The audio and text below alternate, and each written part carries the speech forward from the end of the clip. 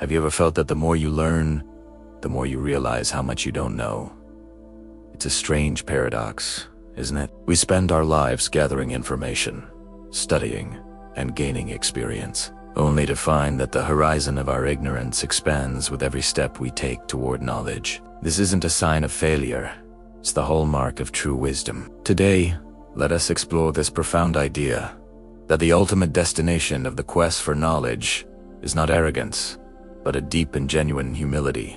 Our journey begins with an ancient and powerful story, one that has been told for centuries to illustrate this very principle. It's the story of the prophet Musa, or Moses, a man who received divine revelation and led his people from bondage. One day, he was asked, "Who is the most knowledgeable person on earth?" Confident in his position as a messenger of God, he replied, "I am."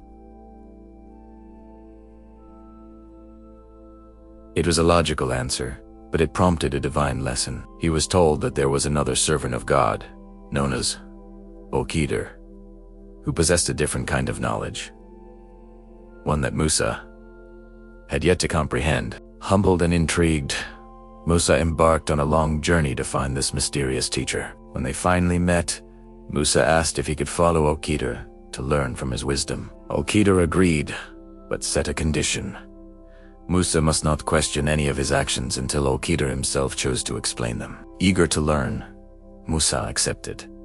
Their journey together was baffling. Al-Qadr scuttled a boat belonging to poor fishermen, took the life of a young boy, and repaired a falling wall in a town that had refused them hospitality. With each act, Musa's sense of justice and reason was outraged, and he broke his promise, questioning Al-Qadr's strange behavior. Finally, Al-Qadr revealed the wisdom behind his actions. He had damaged the boat to save it from being seized by a tyrannical king. He had taken the boy's life because the boy was destined to grow up into a tyrant who would bring his righteous parents immense suffering. God would grant them a better child instead, and he repaired the wall because beneath it lay a treasure belonging to two orphaned boys, a treasure their righteous father had left for them. Al-Qadr was preserving it until they came of age. Musa was stunned. He realized there was a vast, unseen world of wisdom and divine purpose that operated beyond his own understanding. His knowledge,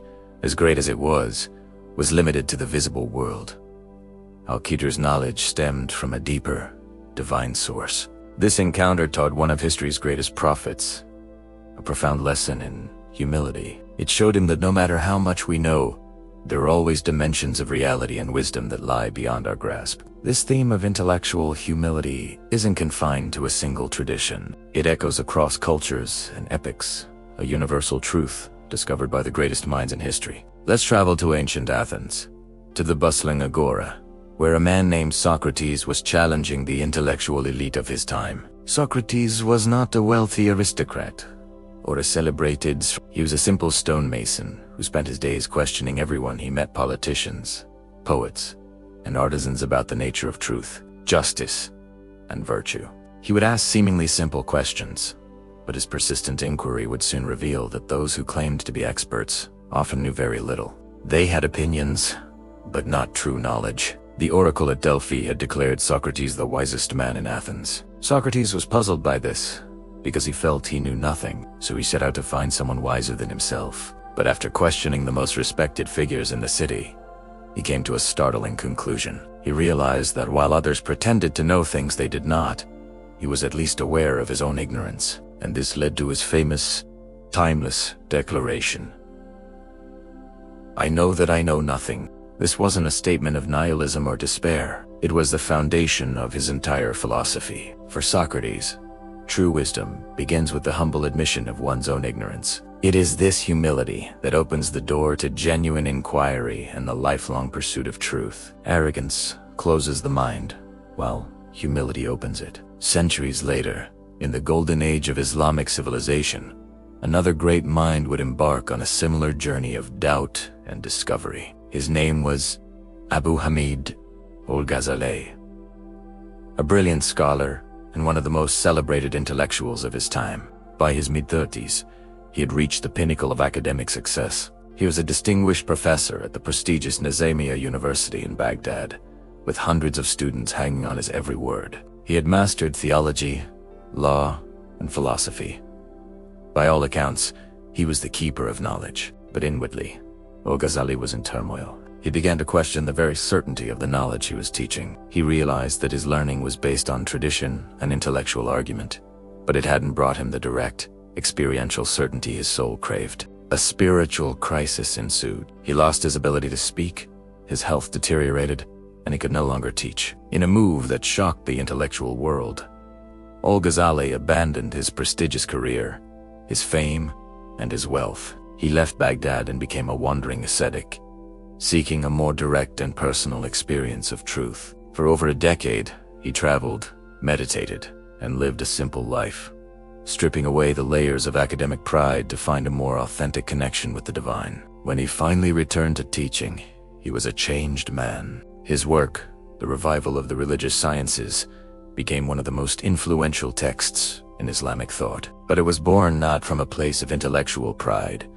but from a profound journey into humility. Al-Ghazali learned that academic knowledge alone was not enough. True knowledge had to be integrated with the heart and soul, and this integration could only begin when one humbly acknowledged the limits of the intellect. He had to become empty before he could be truly filled. This pattern isn't limited to philosophy or theology. It is just as present in the world of science. Consider the great Sir Isaac Newton, the man who formulated the laws of motion and universal gravitation, fundamentally changing our understanding of the cosmos. He unlocked secrets of the universe that had been hidden for millennia. Yet toward the end of his life, he famously said, "I do not know what I may appear to the world, but to myself I seem to have been only like a boy playing on the seashore, and diverting myself in now and then finding a smoother pebble or a prettier shell than ordinary, whilst the great ocean of truth lay all undiscovered before me." He was one of the most brilliant scientific minds in history, comparing his monumental achievements to finding a few pretty shells on the beach, with a vast, uncharted ocean of truth still before him. This wasn't false modesty. It was the honest assessment of a mind that had peered so deeply into the fabric of reality that he could truly appreciate its infinite complexity and mystery. This sentiment was echoed centuries later by another giant of science, Albert Einstein. His theories of relativity reshaped our understanding of space, time, and gravity. Yet, the more he uncovered, the more he was filled with a sense of awe and wonder. He once remarked, "The most beautiful thing we can experience is the mysterious. It is the source of all true art and science. He to whom this emotion is a stranger, who can no longer pause to wonder and stand wrapped in awe, is as good as dead." His eyes are closed. For Einstein, science was not about finding all the answers and closing the book. It was about an ever-deepening appreciation for the mystery of existence. He understood that every new discovery simply opened up a dozen new questions. The universe wasn't a simple puzzle to be solved, but an infinite source of wonder. The more he learned about its intricate laws and elegant design, the more he felt a profound humility in the face of its sheer scale and complexity. From the Prophet Musa, learning from Al-Qaeda, to Socrates in the streets of Athens, to Al-Ghazali leaving his prestigious post, to Newton on the seashore, and Einstein gazing at the cosmos, a clear pattern emerges. These were not just brilliant individuals, they were profoundly humble ones. Their greatness was not in what they claimed to know, but in their honest recognition of how much they didn't. This is the true journey of knowledge. At the beginning, a little learning can be a dangerous thing. We might learn a few facts and feel like an expert, eager to correct others and show off our newfound intelligence. This is the peak of what psychologists call the Dunning-Kruger effect, where our confidence far exceeds our competence.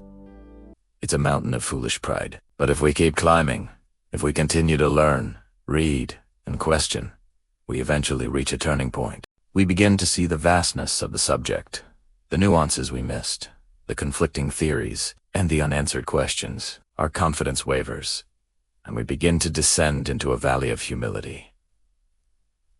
This is where real learning begins. It's in this valley that we let go of our ego and open ourselves up to the true, awe-inspiring complexity of the world. True knowledge is not a weapon to wield over others. It is a light that reveals the vast darkness of our own ignorance. It doesn't lead to arrogance, but to awe.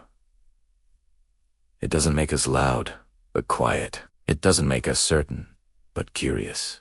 The wisest people are often the quietest listeners, the most patient students of life, because they know that every person they meet and every experience they have holds a potential lesson. So, the next time you feel overwhelmed by how much there is to learn, don't be discouraged. See it as a sign that you are on the right path. You are moving beyond the illusion of easy answers and entering the profound, beautiful, and humbling ocean of truth. You are following in the footsteps of the greatest minds in history.